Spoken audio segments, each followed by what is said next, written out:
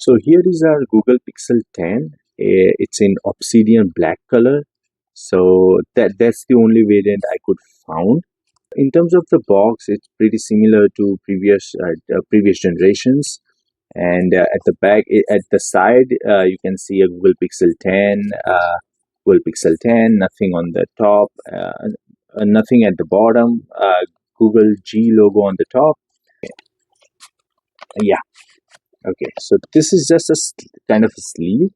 And here is our cardboard texture designed box, which has a Pixel 10 kind of a design inside. Oh, unfortunately, the quick start guide dropped down from this place. But yeah, we'll keep this one aside. Let's see what it has inside. Let's see. Okay, so it has a SIM ejector pin and some sort of documentation, the warranty and stuff. Sign. So let's just unwrap this one. Okay. So wow, I really like the design, colors, and everything. It's kind of a premium device. You can feel the premiumness. Okay, so let's just keep the device over here.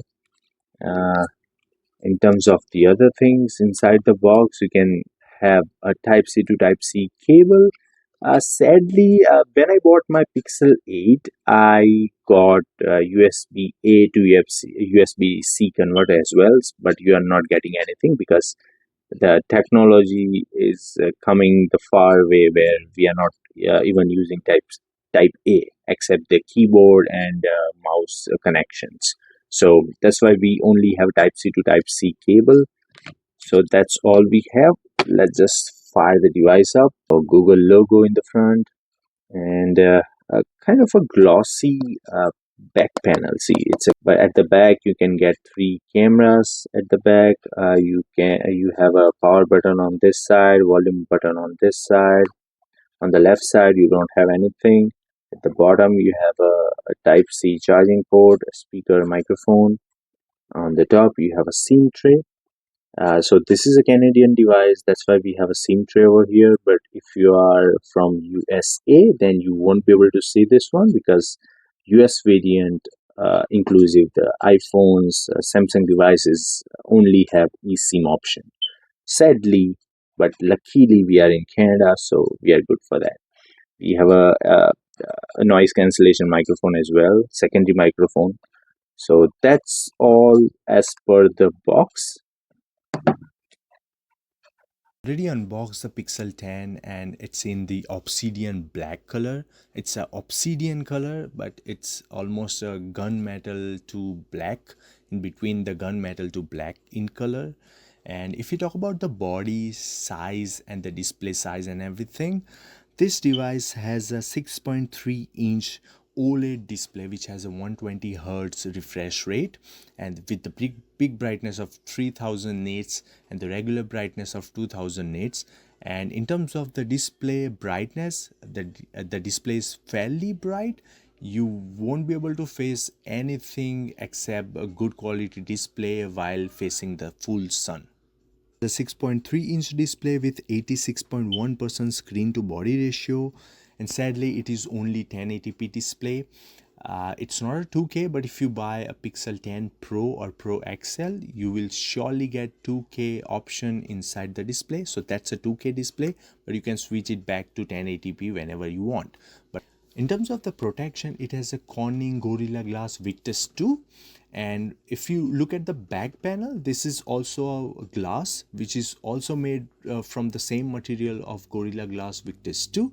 So in terms of the protection, I will give thumbs up to the Google to putting the same kind of a quality and the strength ruggedness of a glass on front and back. Of the weight, this device is weighs at 204 gram, which is not that heavy on its segment and not that light as well.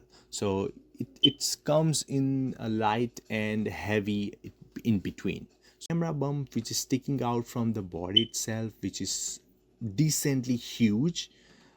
Definitely they have reduced it into the Pixel 11, which will release in few months, but this phone has a big bump at the back.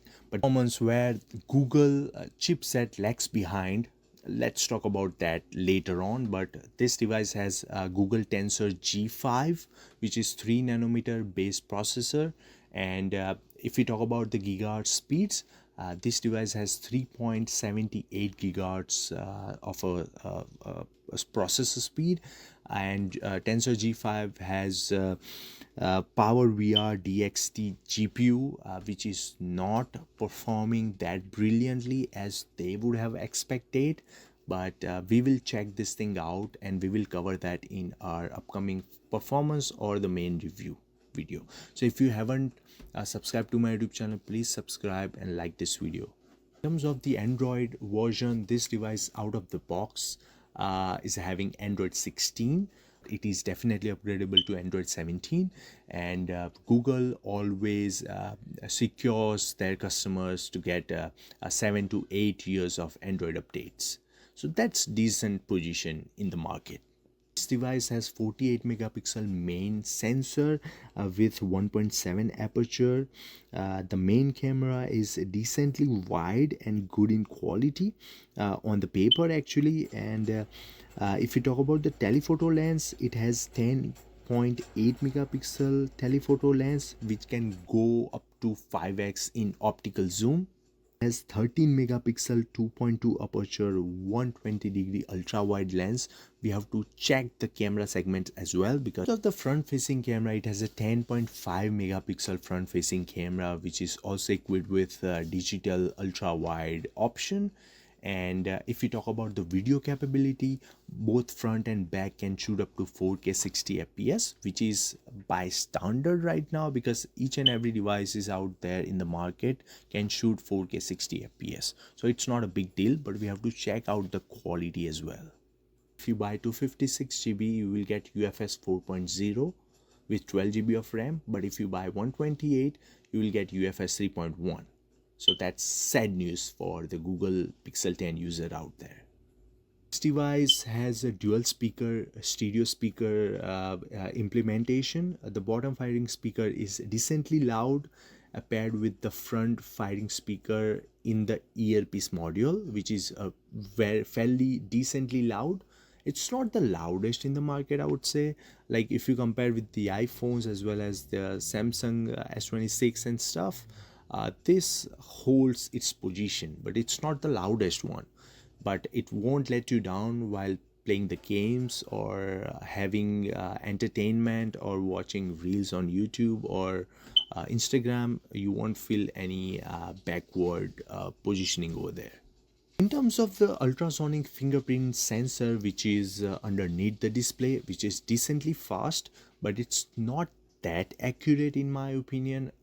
Whether it's because of the software or the Android updates, I'm not really sure about it, but for 95% of the time it works pretty fine. 5% out of it, sometime you have to tap it one more time. So that's the only problem which I faced up till now, but it is decently fast. I think the animation and stuff which is letting it slow down, but I think it's quite fast.